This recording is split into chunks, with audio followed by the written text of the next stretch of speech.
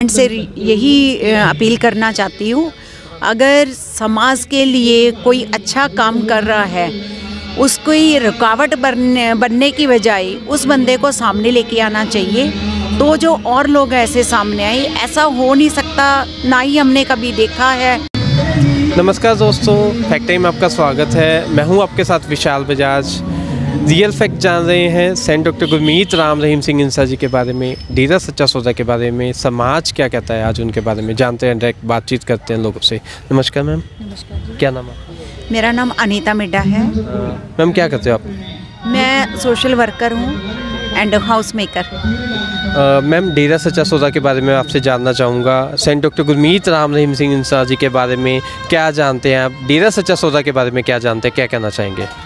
जी, actually मैं 28 year से डेरा सच्चा सौदा से जुड़ी हुई हूँ और जो मैं संत राम रहीम सिंह जी को जानती हूँ, बहुत अच्छे से जानती हूँ।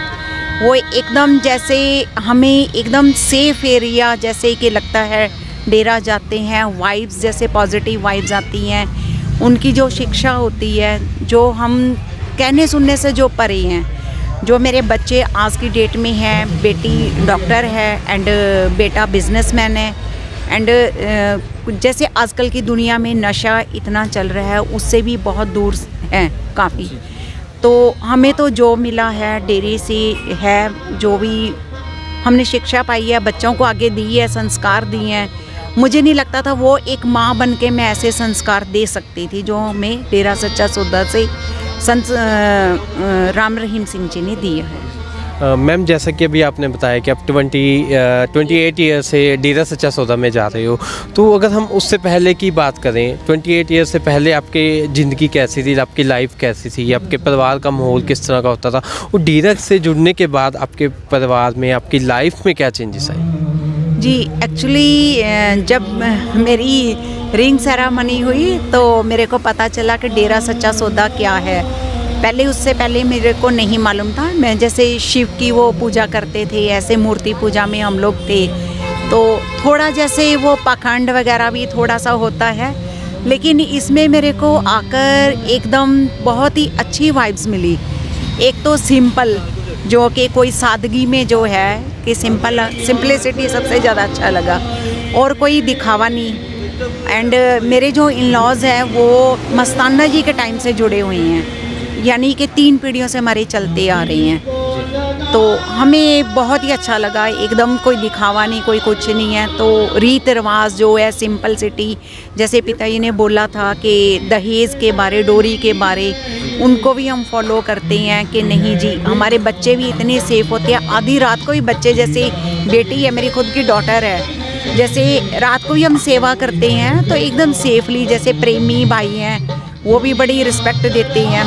और बहन जी, जो कि मैंने फर्स्ट वर्ड यहाँ डेरा में सुना था, पहले मुझे पता नहीं था बहन जी इट मीनिंग इतना अच्छा, रिस्पेक्टफुली, बहुत अच्छा लगा। और मतलब कि जो हमें सिखाया गया कि सबको भाई बहन माता पिता समान इज्जत देनी है और सब धर्मों का आदर करना है, किसी का मन नहीं दुखानागा, ये चीज़ें अगर हम ग्रहण कर लेते हैं, माँ संडा, ये तो चलो पता ही है कि आजकल तो माना जाता ही है। तो नशे में जैसे कि ड्रग्स में देखा जाए तो तंबाकू खाते हैं, मुंह का कैंसर, ये वो, इन चीज़ों से हम बहुत परे हैं। हमें इस चीज़ों का ज्ञान यहीं आके हुआ। तो मैं तो यही थैंक्स करती हूँ गुरुजी का कि पिताजी आपने बहुत अच्छे मेरी मतलब लाइफ बना दी। क्या बोलूँ, मतलब कि बच्चों को संस्कार देके वो मैं नहीं दे सकती थी जो यहाँ मिला मेरे को। तो आपकी लाइफ में जैसे बहुत ही मतलब कहे कि चेंजेस की स्वर्ग में ज़िंदगी सेंट डॉक्टर गुरमीत राम रहीम सिंह इंसा जी की वजह से ही आपका परिवार में सुधार है।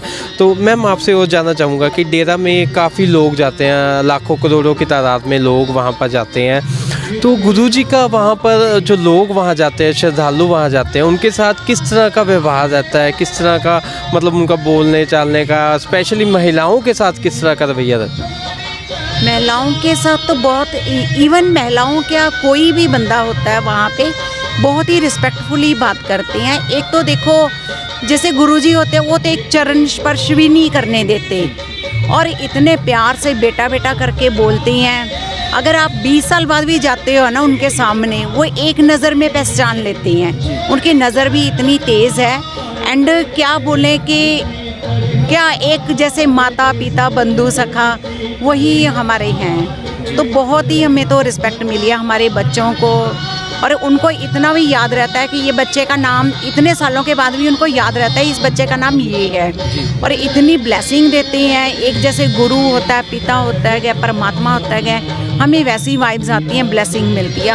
हमें तो कुछ ऐसा लगा नहीं है उनकी देखने में भी, या मतलब कि चाल में, या कुछ ऐसा भी है। एक पिता की भावना से हम देखते हैं, और वो भी अपने संगत में बुजुर्ग भी होता है, उनको भी बेटा बेटी ऐसे ही सम्मानित करते हैं। मैम, समाज की बात करते हैं, देश की बात करते हैं। देश को आगे ले जाने के लिए या समाज में जो कुरीतियाँ फैली हैं उनको ख़त्म करने के लिए उन्होंने क्या क्या काम किया है? उन्होंने तो सबसे पहले जो 3 नाम शब्द देते हुए 3 जो हमसे वचन लिए हैं। आजकल के टाइम में ड्रग्स का देखो हर घर तबाह हो रहा है, बच्चे जो हैं इसकी तरफ, नशे की तरफ जा रहे हैं, यूथ जो है सबसे ज़्यादा समाज में वो बिगड़ भी रहा है। एंड ड्रिंक का पता ही है कि शराब पी के, शरारती पानी पी के क्या क्या लोग काम करते हैं, है ना। और देखा जाए नशा करके क्या है, समाज की लड़कियों का जो रेप वगैरह जो इतने केसेस बढ़ते हैं वो किस में बढ़ते हैं, ये ड्रग्स लेके ही होते हैं ना। अगर उनके साथ जुड़े हुए हैं ये जो निर्जीव हत्या करते हैं जीवों की, निर्जीव जो कि बेजुबान है, उनको भी इस सृष्टि में जीने का अधिकार है, हम उनको मार के क्यों खाएं। तो वो चीज़ भी हमारे अंदर है। और वो बताते हैं कि अगर आपके अंदर मांस जाता है उसको कितना टाइम लगता है, और सेकेंडली उसकी चीख पुकार कितनी पता नहीं रोने की अंदर जाती हैं, आपको वाइब्स भी वैसी आती हैं। तो ये है कि देश में क्या होता है कि समाज के अंदर अगर ये बुराइयां हट जाती हैं, तो आप ये सोचो अगर हर एक मदर घर में अपने बेटे को ये शिक्षा देती है पिताजी की शिक्षा के अनुसार, बेटा नहीं, जो बाहर है वो भी तेरी बहन है, उसका मान सम्मान करो। तो क्या होता है कि हमें समाज के अंदर एक वो हर बेटी जो सुरक्षा, जैसे हर कोई बोलता है कि हाँ बेटियों की सुरक्षा करो, बेटी पढ़ाओ, बेटी बचाओ, लेकिन अगर हम घर से ही अपने बेटों को शिक्षा दे के भेजते हैं, नो बेटा ये तेरी सिस्टर है, इसकी रिस्पेक्ट करो, ये तेरी माता है, ये तेरी भाभी है, अगर हम उनमें रहते हैं रिस्पेक्ट करने के लिए, घर से माँ देती है, वो हम कहाँ से लेते हैं, पिताजी से। देन अगर वो करते हैं तो समाज हमारा सुरक्षित है, बेटियाँ भी हमारी सुरक्षित हैं। जी, डेरा सच्चा सौदा के अंदर महिलाएं कितना सुरक्षित हैं?